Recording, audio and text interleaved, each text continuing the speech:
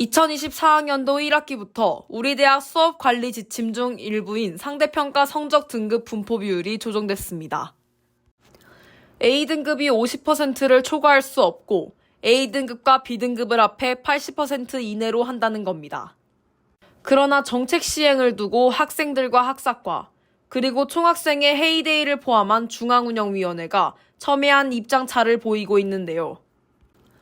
일부 학생들은 우리들의 의견을 존중하지 않았다. 학사과는 교육혁신본부를 통해 학생들의 의견을 조사하고 수집했다. 그리고 총학생회는 정책 시행 과정 전반에 학생 대표로서 소통 참여 기회가 부족했다는 겁니다.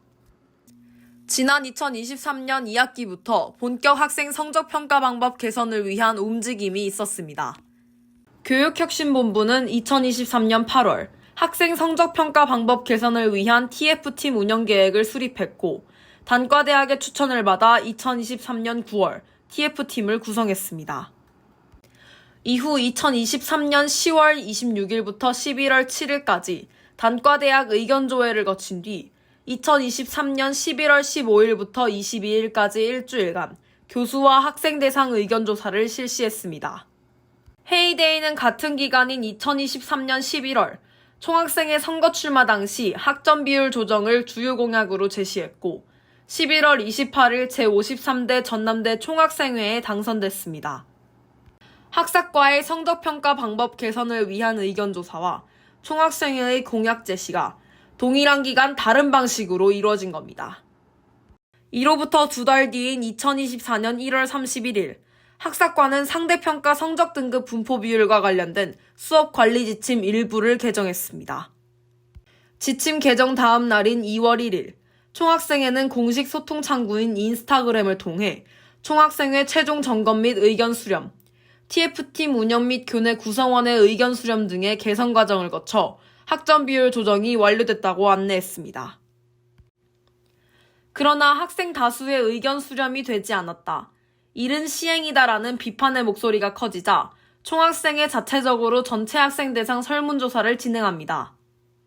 2월 7일 총학생회는 학생 대상 설문조사에 수집된 내용으로 중앙운영위원회를 소집해 세부 사항과 절차를 논의하겠다고 밝혔습니다.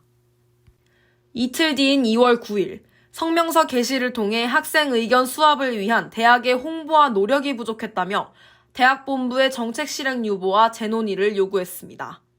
이후 2월 16일 정책공청회를 진행했는데요.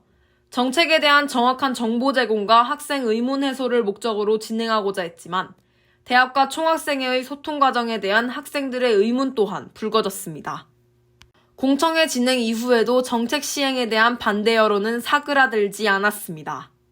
총학생회와 중앙운영위원회는 대학 본부와의 정책 실행 유보 및 재논의를 철회하고 학생들의 의견을 적극적으로 수렴해야 할 필요성을 느껴 무효화에 대한 전체 학생 투표를 진행하겠다고 밝혔습니다.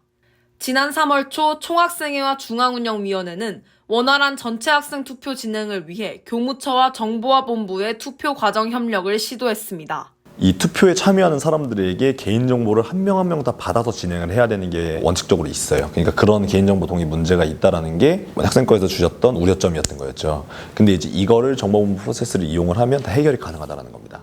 총학생회는 교무처에 투표 협력을 요청했지만 거절당했습니다. 평가를 받는 대상인 학생이 성적평가에 대한 결정 권한을 갖는 것은 타당하지 않다는 교무처의 답변이 돌아왔다고 전했습니다. 이번 학생 성적 평가 비율 정책을 수립하고 시행한 교무처가 시행 무효화에 대한 설문조사를 진행하거나 협조하는 것도 타당하지 않기 때문에 거절한다는 입장이라고 덧붙였습니다.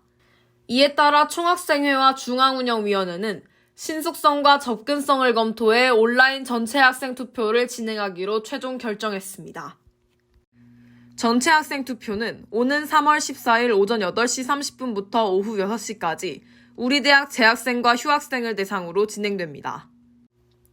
전남대 스토어 나의 학사 캡처를 통해 우리 대학 소속이 확인된 참여자만 유효한 표로 인정됩니다.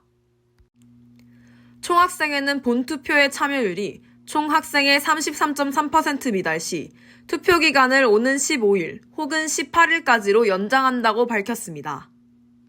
첫 번째로 과반수가 무효화에 대해 찬성할 경우에는 학점 비율 조정에 대해서 학우분들이 동의하지 않는다라고 판단이 내릴 거고요. 그래서 저희 학생 대표 측은 대학 본부 측에 이 정책에 대한 전면 재논의를 요구를 할 계획입니다. 그리고 두 번째로 과반수가 무효화에 반대를 하실 경우에는 이제 학우분들이 학점 비율 조정에 동의한다라고 판단해서 저희 이제 학생 대표들은 이번 정책에 대해서 수용을 하고 학우분들 의견을 따라서 대응을 종결을 할 계획입니다.